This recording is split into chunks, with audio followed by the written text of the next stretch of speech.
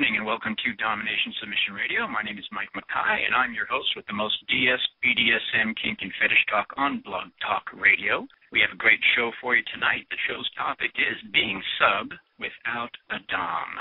And let me tell you how you can be a part of the show. You can call in and tell us your opinions, give us a comment, or ask a question. The number to call in is 347-857-1862. Grab a pencil, write it down. You know you're going to call me. 347-857-1862. You can also participate by visiting our chat room at the bottom of the page on Blog Talk Radio. If you are logged into Blog Talk Radio, and it's free to get an account there, you can have a voice in our chat room. And so if you're a little shy about calling in and asking your questions, then by all means, ask it in the chat room, and we'll answer it live and on the air. You can also visit our website at domination-submission.com, domination-submission.com, and there you'll see some links to our Twitter and Facebook as well. So with me in our virtual studio tonight is my co-host, L.B. Shaw, who happens to be the author of the Trust in Me series of erotica that is currently available at Amazon.com, and the author of soon-to-be-released BDSM erotic fiction novel entitled Becoming Stone. How you doing, LB? I'm good. How are you? Pretty good. What do you think of this topic we're going to be talking about tonight? Well, I think it's interesting, and it certainly seems that there are a lot of things to consider, especially if you're new to the lifestyle. I think there's a clear distinction between experiencing this as a new submissive versus someone who's been in a relationship and has recently been released or that relationship was terminated. So a lot of it, in my mind, kind of comes back to safety, too, especially for new submissives. So I'm hoping that we get some good information and get some callers in tonight. Yeah, I do too. Let me just, for the sake of our listening audience, talk a little bit about what this topic involves. The question we're going to be asking tonight is it possible for you to be a submissive if you don't have a dominant? And there are a lot of you out there who are shaking your head yes, saying, oh, well, of course, I'm a submissive, even if I don't have a dominant. And there are other people out there who are probably going, well, how can you be submissive without somebody dominating you? It's kind of a yin-yang sort of thing. So that's going to be one of the questions we're going to be talking about. And how does a submissive go about finding a dom? And what is involved in someone who goes through what's called sub-frenzy? And we'll talk a little bit about that condition people get into when they're just desperately seeking a dominant. And how do you deal with it? We'll talk about that a little bit. And then what are some of the things you might want to ask a prospective dom if you were interviewing him for the job, so to speak? And I guess the bottom line is, we're going to talk about how does a sub who doesn't have the dominant around cope with the everyday challenges of life, and particularly how do they cope with the unique challenges of being a part of a lifestyle, the DS or BDSM lifestyle, that focuses so much on DS relationships. I mean, it's all about masters and slaves and doms and subs, and being a single person in that lifestyle can be a challenge. So we're going to talk about that as well. We do have a question that we received a little while ago via text, and I'm going to read the question, and maybe we'll see what we can do about answering the question. This comes from someone named Cheeky Geeky, and she says, I may be experiencing sub-frenzy, and I'm in a pickle about that. I'm in a position where I'm jonesing to play, but I don't want to overstep my boundaries playing with another woman's dom. And there's just not enough time for me to look for a dom while keeping the standards that I have. I'm not one to just grab a dom because of the trust issues I have. Okay, so that's her question. I guess it's a two-part question. Mm-hmm. She's worried that she may be going through sub-frenzy. Mm-hmm. Define that for people who are unfamiliar with that.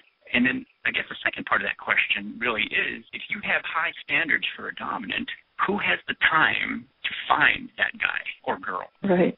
So for the sake of people listening, sub-frenzy is kind of common to submissives who are new to the lifestyle, and they've just kind of discovered it. It's all very new and exciting, and they're learning, and they just want it, and they want it all right now. And they're in a desperate search for somebody to submit to because they have found something that fills a niche. It's something that's been missing in their lives. It's kind of like falling in love for the very first time. Your hormones kind of kick in and take over, and most people going through this take their common sense and just toss it right out the window. And so Cheeky Geeky is worried that she may be experiencing sub-frenzy. What are your thoughts on that, Elby? Well, I guess I can somewhat relate to, is she new? Is she new to the lifestyle? I don't know if I caught that. I think she's got about 2 years in the lifestyle, but not hardcore. Okay. So, well, I understand some of those emotions and feelings that when you at least first get involved, and that insatiable hunger to want to experience everything about submission. But I guess my biggest piece of advice would be, or not, I'm not necessarily offering advice, but I think it would be important for her to, first of all, to not feel bad about having high standards. I think that's good. I think that's a good thing. And, of course, my second thought is, well, if you don't have time, what's the rush? But then when you're in sub-frenzy, that's all it is. It feels like a rush to get those needs met. So I'm sure it's very frustrating. I wonder if maybe getting involved with local community and reaching out to other experienced subs that can kind of help her through that and sort of give her a lifeline and guide her and that sort of thing. But I'm sure that's frustrating. It absolutely is. I just got a text message from Trinket, Washington State, who says her solution for sub-frenzy is to go out in the yard and pull weeds. Works for her. Stay busy, yeah. You know, I've seen a lot of this, and it's very frustrating because this really has a two-pronged problem. First of all, it is something that causes people to literally just take their common sense and leave it behind. They do really stupid things. They make really bad decisions. They hook up with the wrong people. They almost always end up with somebody who is either abusive or clueless. And that is really frustrating and heartbreaking to watch people go through this. But, of course, they're not going to listen to reason. No more than a 14-year-old listens to her parents when she's in love for the first time. So it's a very, very difficult thing to watch, much less do anything about it.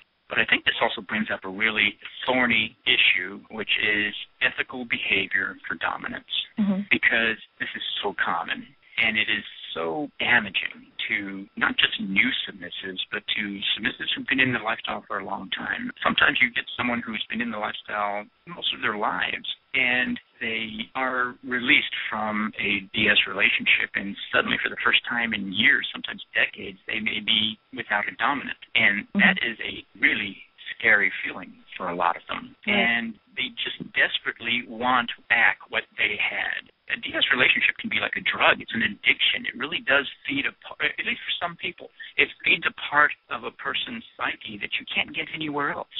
Unlike sex, you can kind of stimulate that. You can go watch porn or something. You know, that kind of stimulates I was thinking about that earlier. Kind of stimulates your substitutes for what you're missing in your sex life, maybe. But, you know, you can't find any kind of a reasonable facsimile of a DS relationship. And so it's a very, very tough hurdle for people to get past this need that they have. Sometimes it's an overpowering need. And like I said, the sub-frenzy isn't always people who are new to the lifestyle, who are like, ooh, this is new. I want to go out and try everything. I want to do it right now. But sometimes it's someone who has had this most of their lives, and suddenly they're without it, and they just have to have it back, and they'll do almost anything to get it back. And so it's a very scary thing. It's an internal need. Oh, yeah. But there are people out there who will take advantage of that. You know, where do you draw the line? When you know somebody's particularly vulnerable, where do you draw the line in terms of feeding that addiction, particularly if you may not be entirely capable of doing it on a 24/7 forever basis? It's kind of like offering a heroin addict heroin or feeding a dog who follows you home. I mean, if you're not willing to... That's why it's important. Go ahead. There's an ethical dilemma here. To what extent does a dominant have a requirement, an ethical requirement, not to feed this addiction? I don't know the answer to that, to be perfectly honest with you, and I'm not sure anybody does, but I think there are some ethical requirements there, probably very much open to debate. But, LB, you're kind of new to the lifestyle. I mean, you've dabbled in BDSM, your husband's bedroom, but you've never really gone out and been terribly involved in the culture outside of your home. Right. Do you find yourself wanting to learn it all and learn it all right now? Oh, yeah. Well, I think it's subsided to some extent, but I definitely felt that probably a month ago or so, and so I just had these feelings like I was trying to shove give him all the power, and he was just kind of like, what is this? And so we communicate a lot. So I guess in a lot of ways I have that advantage that he's willing and open to communicate and that sort of thing. And we talk about DS lifestyle. For me, my needs are more BDSM, sexual in nature, as opposed to needing him to take control of every aspect of my life. So I think all submissives are different in how much control or power they're willing to relinquish. But I think that's why it's important, if you're not involved with the community, to get involved so that you can have that lifeline and not feel like you don't have anyone to turn to when you're feeling like you're losing it, basically. Mm-hmm.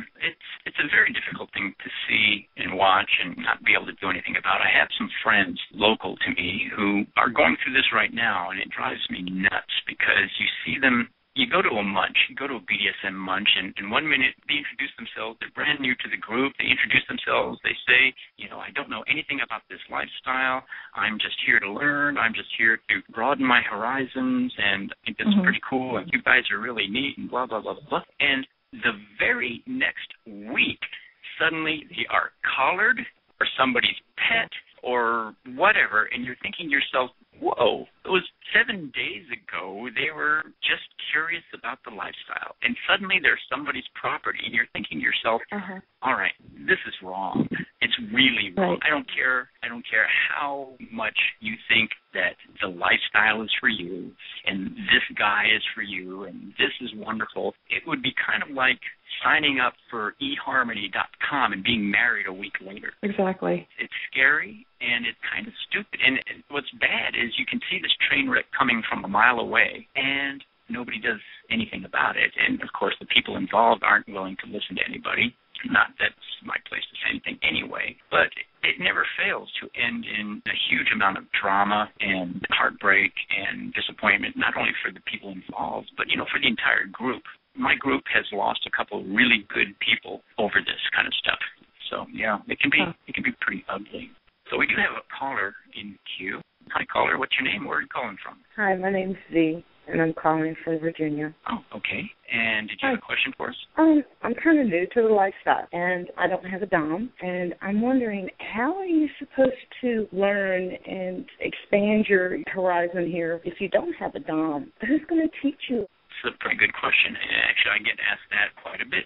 The bottom line is you can learn an awful lot about BDSM without having a dominant. You can play. You can become part of the local community. You can make friends. You don't have to be in a relationship with somebody just to engage in different types of BDSM play with them. You can develop play partners and learn an awful lot, sometimes just by going to workshops and things. I mean, people don't think about this, but they literally have BDSM workshops all over the country, the same way they have workshops on how to become an author or how to build trucks or something. I don't know. I mean, but it's kind of a big surprise to people that you can sign up for these workshops and conventions and classes all over the country on how to engage in BDSM play. So, I mean, you can learn about BDSM pretty easily without having a dominant. But when it comes to DS, when we're talking about relationships, there you kind of have to be in a relationship to learn how to do that. It's like any other kind of relationship. You can't learn that out of a book, and you can't learn somebody else's way of doing it because every relationship is going to be just a little bit different.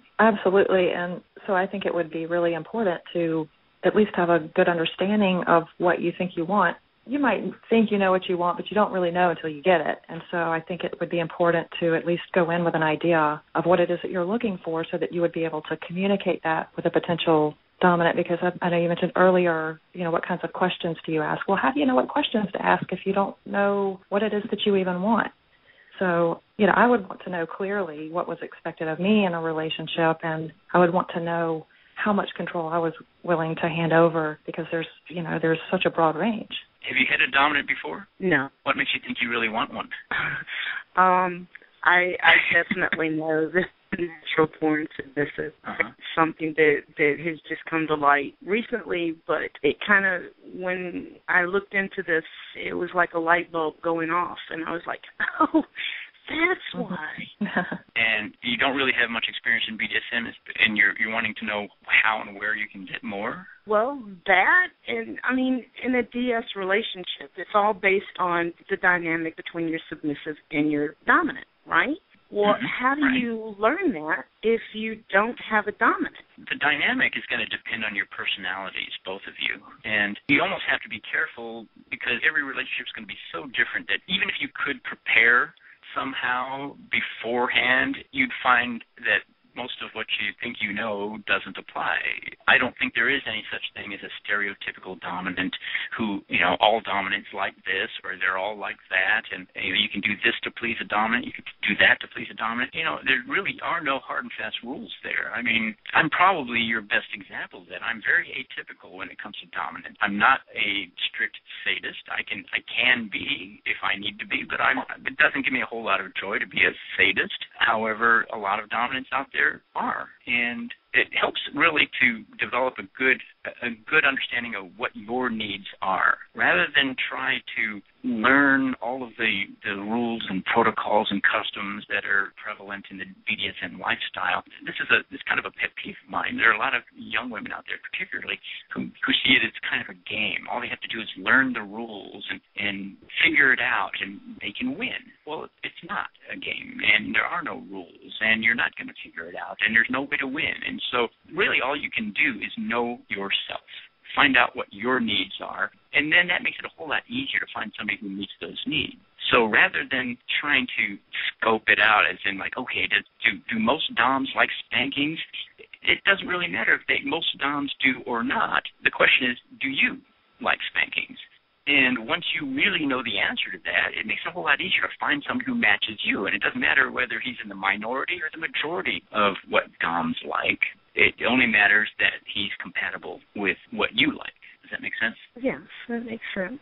But that leads me to another question. Okay. I'm under protection, and my protector doesn't feel like collaring me.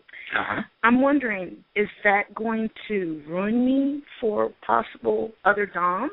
Because I'm going to be learning my protector's style of domination. Maybe. I don't think so, but, it's always a possibility. You had a concern about this earlier, too, didn't you, LB? Didn't we talk about this before? We did talk about protectors versus mentors and trainers and that sort of thing. Yeah. For the sake of the people listening, the difference between a mentor and a protector and a trainer, three completely different things in some ways. A mentor is somebody who offers advice, and that's really all there is to it. Someone who is willing to offer advice and kind of guide you along your path, and it doesn't necessarily have to be a DS sort of dominant submissive type of relationship. I, for example, have mentored other dominants, and so you can mentor somebody without necessarily being in a dominant position or submissive position to them. And you can also train people, and training somebody almost requires a sort of a quasi-DS relationship there, because you kind of have to assume these roles in order to actually get some real training done. But then you have what V is asking about here, and that's protectors. And a protector is somebody who is just looking out for your best interest, somebody who is sometimes your trainer, sometimes your mentor, but more often than not, just somebody who is kind of screening your prospective mates. So, for example, V, if you're a submissive and you have a protector, chances are that anyone who's interested in becoming your dominant has to contact your protector first. And your protector, because he has maybe more experience or has a wider circle of influence or whatever, is able to screen some of these people and kind of eliminate the ones that are unsuitable before they even get to you. And this is kind of a result of the sub-frenzy that we were talking about earlier. And some women and men go through this sub-frenzy, and they're pretty much willing to submit to anyone who asks them, which is a scary thing, because a lot of those people can be abusers, or they can be predators, or they can simply be jerks or clueless or whatever. And there's more of them than there are good people out there, unfortunately. And so protector just serves a very useful function as long as he's doing his job, her job. But if you have the wrong person as your protector, those people can also be insulating you from people who are offering you good advice. So, it can go both ways, and hopefully you have a good protector. So, but no, I don't think it's going to ruin you for dominant as long as he's doing his job. In fact, a protector can help you find the perfect dominant for you. Sound good, B? Yes, it does. Call in again, all right? Bye. Bye-bye. Good question. Yeah, I was going to, actually, if we had more time, would probably ask her, because the thought crossed my mind, well, she's asking how she's supposed to learn this stuff if she doesn't have a dom. But I guess my question, after thinking about it for a minute, is why do you have to learn? I mean, is it not okay to wait for a dominant to come along so that you can learn? I think it's good to have an idea of I think you should be self-aware, obviously, and be mentally healthy and that sort of thing. But I don't know. I don't think that you necessarily need to learn everything without, or I don't know how you could learn everything without having a dominant. I don't think that there's any. You can't. Yeah. In fact, I agree with you 100%, and that's something I tell people all the time. I get asked this question more often than I care to admit, and it really is kind of part of that whole, I just want to learn this all before I actually do it. I want to know what I'm going to be doing before I do it. I want to learn the rules so I don't screw up. Well, sorry, it doesn't work that way. You will screw up. There are no rules, and there's no way to learn it before you actually get out there and do it. Yeah, you can learn the mechanics. You can figure out how the toys work. You can learn how to tie yourself up, but that's not gonna help at all. Yeah. And a lot of that is the focus of the show and my book. The idea that you can be happy in the BDSM lifestyle without having an underlying relationship of some sort, I think is almost repugnant to me. I don't know. I realize that there are a lot of people out there who disagree with me and probably take offense by that. But for me, it's kind of like sex and love. You can have sex by itself, you can have love by itself, but it's a lot better if you have both in the same package. Right. And so I'm kind of the same way with BDSM and DS. You got to have the toys, but you also got to have the dynamic. If not, it's kind of empty. So we're going to take a quick musical break, about 2 minutes, and when we get back, we're going to talk to some more guests. You're listening right now to Domination Submission Radio. I'm Mike McKay. My co-host is L.B. Shaw, and we'll be back in about 2 minutes.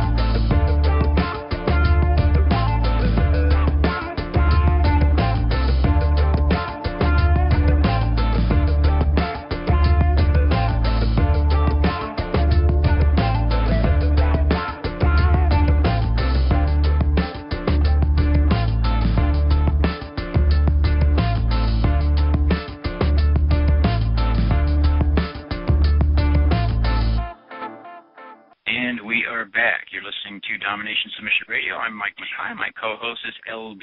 Shaw. And we do have a caller on the line, and this is Michael, who is a dominant originally from Suriname, who is an architectural student in the Netherlands, and he has a few things to offer on this subject. How are you doing, Michael?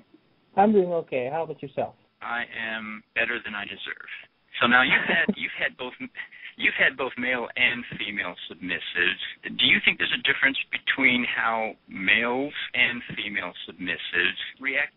And the reason I asked you to call Michael is because LB before the show said, "Hey, what about male subs?" And I thought, I got the perfect person to ask. So do you think male subs react differently to the search for a dom, or that feeling of desperation, that frenzied search for a dom? Are they different than females or not? I've seen them both, and also if you're on your side, of course. And I've noticed that the females will be more naggy, and the men will be a little more aggressive. Strangely enough, for a sub, they'll be aggressive. They'll be aggressive. They will chase you around, or basically literally chase you around, huh? If they're interested, they will just pop up somewhere. I've got really very little experience with male submissives. I think in my entire life, I've not even formally, but I've had a couple of male submissives, and I don't think I have enough experience to be able to make any generalizations about them. But obviously, they react a little bit different to not having a dominant than most female submissives that I've seen. Do you see the sub frenzy occurring in males? Kind of. Well, actually, not as much. It differs. I've seen about 50% will just hang around and look for some BDSM sexual thrills, and the other half will actively pursue you without actually saying it. Try to start a conversation. Do you think males are more focused on wanting a committed relationship, or is it more sexual for males than females in terms of wanting to fulfill that need of having a dominant? I have to say, so far, I have seen mostly sexual orientation a lot. They will value a relationship, but they'll tend to, if they can just have the sexual dominance part, they're satisfied. Or in some cases, the puppy play. Do they cope with being released from a DS relationship differently than females? From what I've seen, yeah. In my own personal experience, I at one point released a female, and she would just keep making up synonyms and popping up all over, kind of stalkishy, while the male I released would just let it go. But I would notice that they would be starting to hound around dom rooms and such, just kind of looking for that next one. So I would say fun, but they wouldn't hound you personally. LB, you were curious about this. Got any questions for Michael? Yeah, I was just wondering how common it is for male submissives in a DS lifestyle, because I think you had said that it's probably more of a BDSM sexual thing for male subs, and I'm sure that makes a difference if they're not necessarily in the lifestyle or living together, that sort of thing. So that's very interesting to see that difference in the dynamics. I actually own one now that used to be basically part of a larger family, and they were going about it very, shall I say, tactically. They were intending relatively young subs belonging to this dom, and he wanted to get his, as he called it, clan in one place. But he would hold off everything till they were all graduated from college and stuff. But they did seem to really want to have that family feel, that relationship. Right. Interesting. Very interesting. Well, we'll probably have you call in to future shows, Michael, to talk a little bit more about some of the other interesting aspects of your relationships. I know that you got quite a bit to discuss in other areas that aren't necessarily related to tonight's topic, but appreciate you calling in and appreciate you adding your opinions to tonight's show, Michael. Okay. Glad to contribute. Bye-bye now. Bye-bye. And that was Michael calling in from the Netherlands. Michael is one of those folks who has both male and female submissives, but tends to have more male than female submissives. What do you think, LB? Female naggy, male aggressive. That's interesting. I you had said earlier we were talking about it earlier, and you said that male subs are kind of shy, and that was my prediction, that they would probably be a little more, less likely to. I certainly wouldn't picture them as aggressive, but it makes sense, I guess. Well, yeah, like I said, I had very limited experience with males. Let's face it, I love women, but my experience has been that males are more sexually focused. Yes. They're less monogamous. They're less focused on the relationship per se, at least in terms of wanting a collar and wanting a exclusive relationship. They're much more interested in having an affiliation, maybe, or being a member of a pack of some sort. Like I said, these are gross generalizations and based on very limited experience with males, at least in my view, but they do tend to be a lot more into the toys and the equipment and the BDSM furniture and the activities much more than the being attached emotionally to somebody. So it's an interesting contrast, but yet they still go through the same things that women do in terms of just wanting to submit to somebody, wanting someone to take over that part of themselves. It's very interesting. Well, we also said we were going to talk about some of the warning signs and maybe interview questions that people would ask if they were interviewing a prospective dominant. What would you ask somebody if you were interviewing someone to be your dominant, LB? What are some of the things you might ask that person? Well, just thinking about it, my first thing would be just how well they communicate, because I have to be able to communicate. And so I think I mentioned earlier when the first caller called in that I would want to know very clearly what was expected of me as far as a relationship, and I would probably again want to know how much control I wanted to have, because my husband and I talked about this. I don't know if I mentioned this on the last week, but we talked about what we wanted from each other. And so I just asked him point blank, what would you do if I just completely submitted to you and gave you all the power in the relationship? And I think after he picked his jaw off the floor, his response was something like, I don't know if I'd want all of that. I don't know if I could handle all of that. And so I think it's, that's something that I would want to know. I would want to know how much power are they willing to give and how much are they able to take. Exactly. And of course, there's other things that come into play. And if it were like a long distance, I'd want to know if they were involved in the BDSM community and that sort of thing. That just throws it into a whole nother dimension. But you had the advantage of knowing him, though, before you asked him these questions. If you were talking to a complete stranger, what sort of things would you? Let's ask it a different way. What do you think would be a bad way to gauge his suitability? What are some of the questions you think would be not a good idea to ask? Oh, that's a good question. What would I not want to ask? I don't know. Let me give you a couple that I've heard that I think are a bad idea, and then we'll maybe talk about some of the things that are maybe a good idea. This is one I get asked all the time. I think it's the stupidest question in the world. What do you like to do with a sub? Now think about that for a minute. Think about it for a moment. It's the most common question I get asked. What do you like to do to a sub or with a sub? And what they're asking really is, well, do you like to beat them with a stick? Do you like to tie them up? Do you like to, they're asking for specifics, all right? And it's a lot like asking somebody what they like in the bedroom.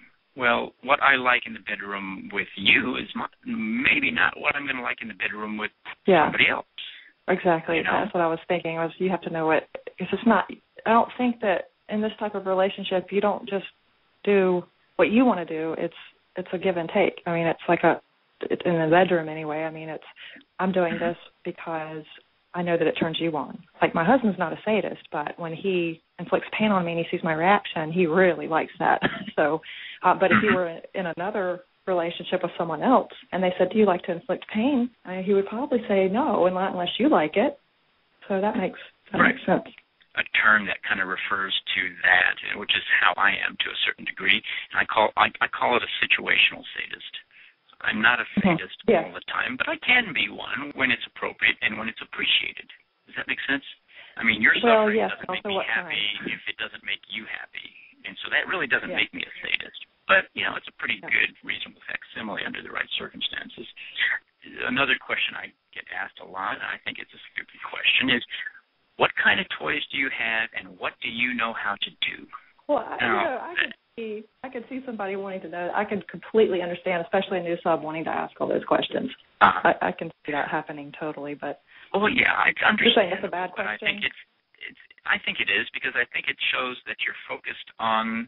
This is a sign. It's a yellow flag that you're in this sub-frenzy state of mind where you just want to learn everything you can this week.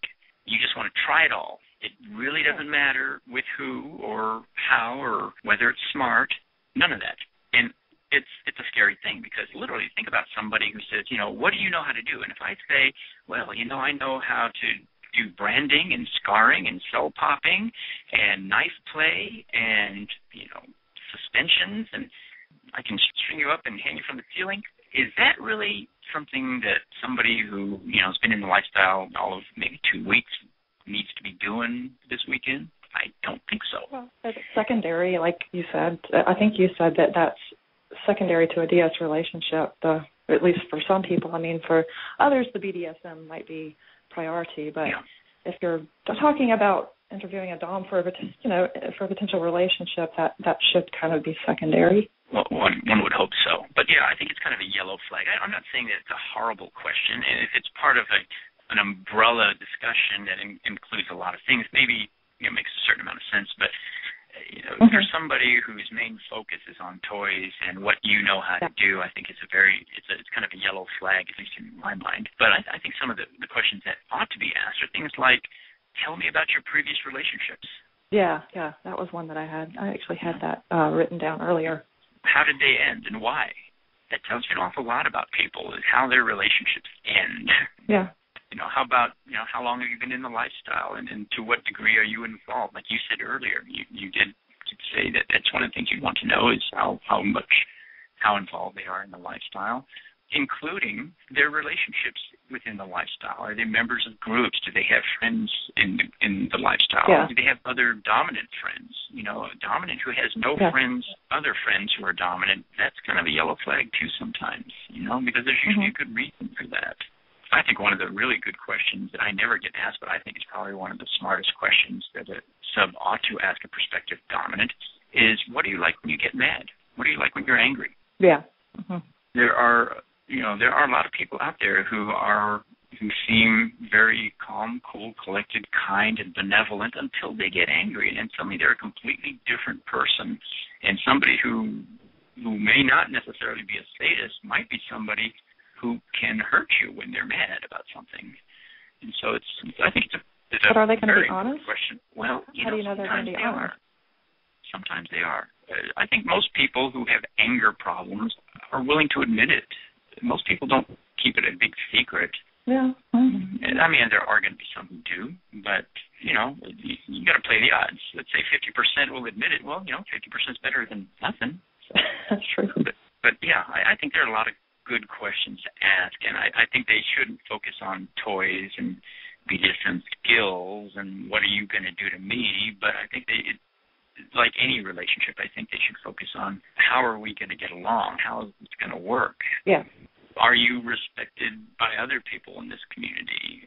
You'd be amazed at how many people out there are pariahs who are shunned by everyone else in the community, and yet they have absolutely no problem suckering a new submissive into a relationship every other week because nobody's asking those questions.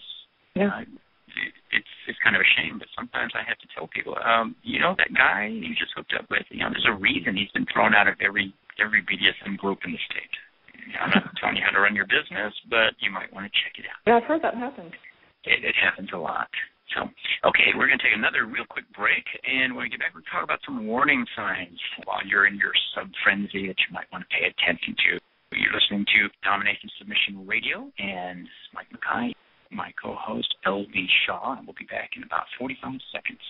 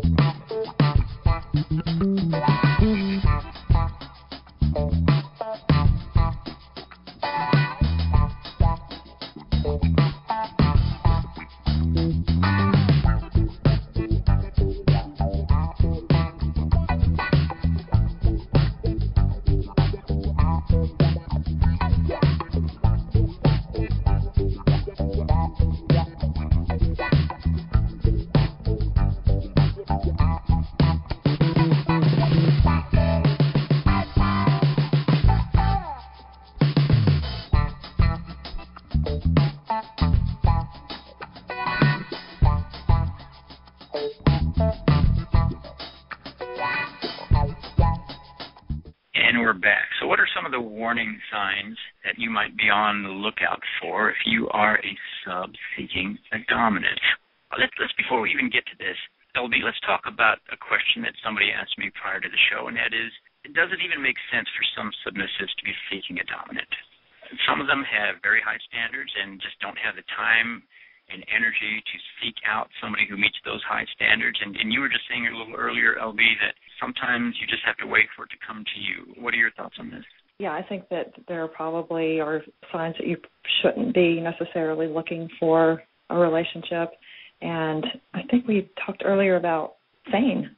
The whole concept of being, as far as having high standards, to me, that's a good thing, and that shows that you care about yourself. So, yeah, I think it's important to not rush into just the first dom that comes along. Right. Well, there are two sides of that coin, though. On one side of the coin, you have people who have no standards, who basically will submit to anyone who asks. And on the other side of that coin, you have people who have such unrealistically high standards that almost nobody is going to meet them, particularly somebody who has been in a happy and fulfilling DS relationship for years or something, and then suddenly is not in one and is looking to replace that somehow. It's going to be very, very hard to find something that meets that standard. So I guess you got to be somewhere in the middle there. You don't want to be unrealistically high. Well, that's true in the vanilla world, too. I mean, before I met my husband, I had gotten out of a really bad marriage, and so when I started dating again, I was so picky. So I was like, oh, you're looking at me funny? Screw you. Oh, my butt flat? Screw you. I mean, it didn't matter. Like, the first little thing that he did, I was done. And so I realized that, my standards were way too high, and I had to kind of step back a little bit and bring myself down. I think I went a little too to the extreme, but anyway. Yeah, it can be a problem on both ends of that spectrum. So let's talk about some of the warning signs that a submissive might want to pay attention to during their quest for the almost perfect dom. And I'm just going to throw a few of them out and see what you think about them as we go through them, LB. How about this one? The dominant who wants to run your life, but his life is in shambles. Yeah. Yeah, that's what you got to say about that. Well, so this is a warning sign, I guess. Yeah, these are warning signs. How can you put your trust in a dominant if he can't control himself? How is he going to control you? I sure wouldn't want that. Well, I hate to drop a dime on friends, but I talk to a lot of people every day, and I'm genuinely interested in people. And so I'm always asking them how they're doing, how their lives are going, how their relationships are going, what are the significant developments in their relationships and things like that. And every once in a while I talk to people who are waiting to get together with their dominants. Maybe they've developed an online relationship, or maybe they have visited once or twice but have not yet moved in together or anything like that. And so I'm always asking, how's that going? When's it going to happen? Have you made any plans yet, et cetera, et cetera? And you'd be amazed how many times I hear from submissives, well, we're just waiting on his ability to get a job and move out of his mother's basement and buy a car. And I'm thinking to myself, you might want to think twice about putting your life in the hands of somebody who's still living in his mother's basement. To me, that's a huge red flag. I don't know. Yeah. Go figure. Yeah. All right, so here's another warning sign. It's all about the sex and kink. So these are warning signs if a dominant says that? No. These are warning signs where you're considering somebody as a dominant. You're saying, that guy makes a pretty good dominant. Maybe I'll submit to him. Maybe I'll wear his collar. And so you get to know him, and you find out that for him it's really all about the sex and the kink. Do you think that's a warning sign? Well, it could be if that's not what you're wanting. Since we're focused on DS relationships, it's if that's all if the relationship is based all on the sex and the kink, that's probably not a great relationship that's going to last, because as soon as he wants you to submit outside of the bedroom and you don't want to, then that's going to be a problem. Right? Now, we also mentioned that, absolutely. And here's one that we mentioned a little bit when we were talking about the protectors. Anyone who tries to isolate you from others in the lifestyle. Yeah, that can't be good. There are sometimes reasons behind this practice, but most of them in general are not going to be good reasons. The reason somebody isolates you is usually because they don't want other people teaching you that he doesn't know what he's doing. Yes. Or you know, or offering you advice about his credibility and those sorts of things. Yeah. You know, a dominant, almost by definition, is confident, secure, in charge, a leader, a guide, a mentor. I mean, by definition, if your dominant or your prospective dominant is insecure, jealous, clingy, whiny, trying to isolate you from people, this is not a good sign. It's probably more than a yellow flag. It's probably a red flag. And it tells you something's not right. And it's usually the fact that this person is down deep, not very dominant. So yeah, my mental image of a dominant is someone who's very, very disciplined and controlled. Those are two very key things for me. And I think my husband actually used the term a true dom the other day, and I'm like, true dom. I hear that all the time, a true dom, but it's a good dom. That's the way I see a good dom is disciplined and controlled. And I was going to say something else, but I lost it, so go ahead. Yeah, you hit the nail on the head. When I think about what makes me a dominant, it's my desire to control my environment. It's not because I want to boss people around and give them orders. I like to control my environment. I don't like surprises. I like my life to be orderly and disciplined. And if you're going to be part of my life, then I kind of need you to be orderly and disciplined as well. And that's just part of my whole world view, I guess. So we have a lot of other things we could be talking about on this subject, and we'll probably come back to it in future shows. I think this is a great topic, and I think that a lot of people should consider some of the things we've talked about. This has been Domination Submission Radio. I'm Mike Mackay, and my co-host is L.B. Shaw. You want to say goodbye, L.B.? Do I want to say what? Goodbye? I'm sorry. Goodbye. Goodbye, people. All right. Well, take care, everyone. Tune in next week, Thursday night, 8 p.m. Eastern Time to Domination Submission Radio.